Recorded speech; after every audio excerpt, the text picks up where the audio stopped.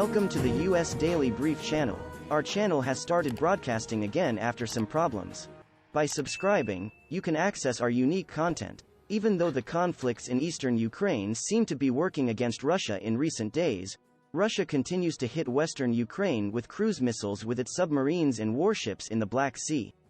Even if the Ukrainian armed forces shot down most of the Russian cruise missiles, it cannot stop all the Russian missiles landed in Lviv on the eastern European border. These attacks on Lviv and Russia's ongoing attitude since the first day of the occupation caused the Eastern European countries to increase their defenses. Poland became the prominent country in Eastern Europe. Sharing a long border with Belarus and Ukraine, NATO provided very strong troop support to Poland, while the Polish armed forces developed its military arsenal and stockpiled many weapons on the border. We can count the M1A2 mp3 Abrams as the most powerful of these weapons. Normally, Poland agreed to supply 250 M1A2 Abrams mp3 tanks by 2025 in its first agreement with the USA.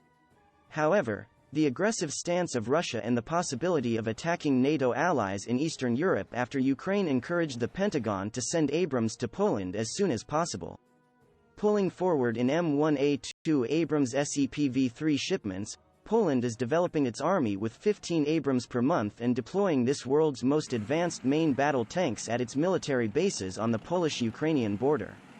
A total of 30 M1A2 Abrams mp3 tanks are thought to be in Poland at the moment. The placement of these tanks on the Polish territory on the Lviv border will be used as a deterrent against the Russian army. At the same time, the presence of U.S. Army units and tanks in the region is seen as a deterrent for Russia.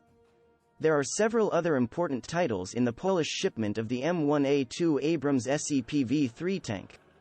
The first of these is whether a superior weapon such as the M1A2 Abrams mp3 can be shipped to Ukraine.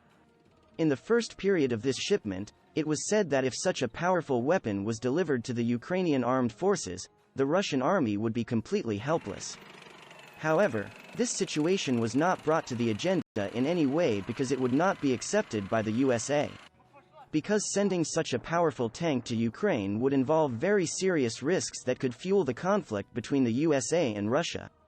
Also yesterday, Russian President Vladimir Putin reacted sharply to the sending of advanced long-range missile systems or heavy weapons to Ukraine, and he firmly stated that if the shipments continued after that, he would hit areas that he had not hit before. It was not specified which regions it was and where it could attack. However, shipments to Ukraine are usually made via the Polish border, and Russia may be likely to target that area.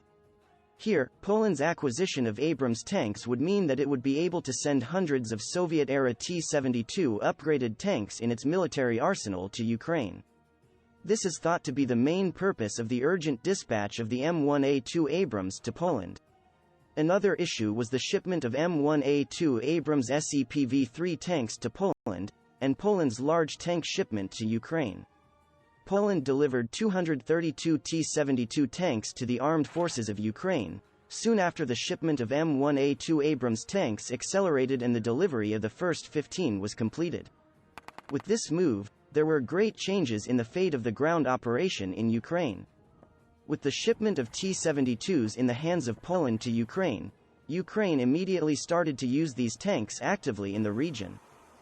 It is reported that these tanks are currently fighting on the front lines in the Kherson, Severodonetsk and Kharkiv regions. So why are the M1A2 Abrams tanks such important tanks and why were their shipments to Poland brought forward? Let's take a closer look at this issue together and examine it more deeply. M1 Abrams tanks are actually older tanks over 40 years old known as the children of the Cold War. But despite being over 40 years old, Abrams has been upgraded to keep up with Russia's new tanks like the T-90 and Armata. So how is this modernization possible? The M1A2 Abrams are described by war experts as very attractive bent steel. There is no need to explain the M1A2 Abrams at length. It is already known by everyone that they are groundbreaking vehicles in war. However, it is necessary to focus on the features that make this tank stand out. M1A2 Abrams stand out with their thick armor, speed, maneuverability, and guns hitting and destroying their targets with precision. The M1 Abrams originally had the 105mm L-52M68A1 rifled gun. The rifle creates more friction in the tube and therefore a smoothbore gun is more preferable. The M1 graduated to the M1A1 version in 1985. During this development period, the tank was armed with a more powerful 120mm L-44M256A1 smoothbore gun. The RH-120 is a 120mm smoothbore tank gun designed and manufactured in former West Germany by the Rheinmetall de Tech AG company. These are extremely powerful and devastating weapons that are also used on the latest German Leopards.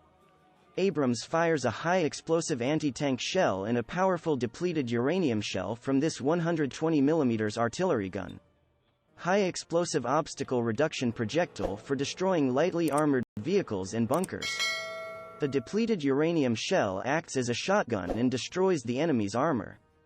The M1A2 Abrams consists mainly of rolled homogeneous armor steel plating and British gapped Chobham composite armor.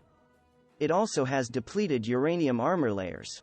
This high density, 1.7 times denser than lead-free uranium armor mesh, provides outstanding protection and is added to the hull and front of the turret of the tank. This gives it a very large degree of protection, even against anti-tank projectiles, which are especially prominent in Ukraine. But you need a very powerful engine to carry such a powerful armor. It is very unlikely that you can beat the engine of the M1A2 Abrams.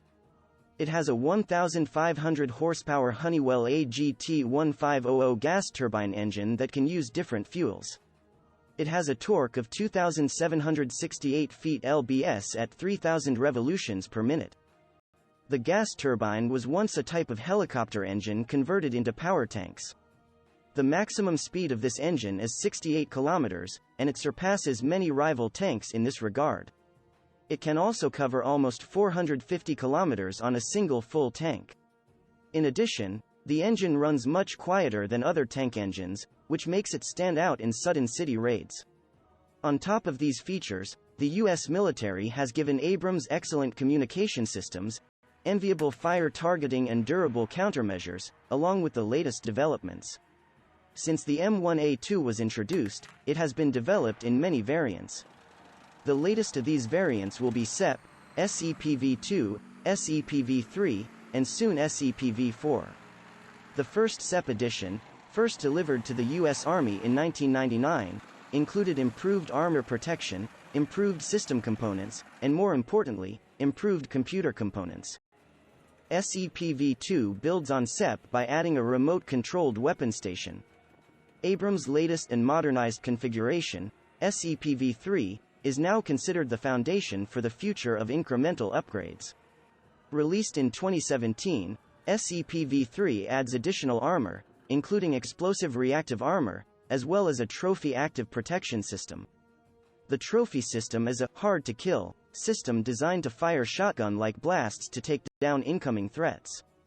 In addition, the manually loaded 120mm XM256 smoothbore cannon can reliably and accurately hit targets almost 3 miles away. This makes it a formidable weapon on the field.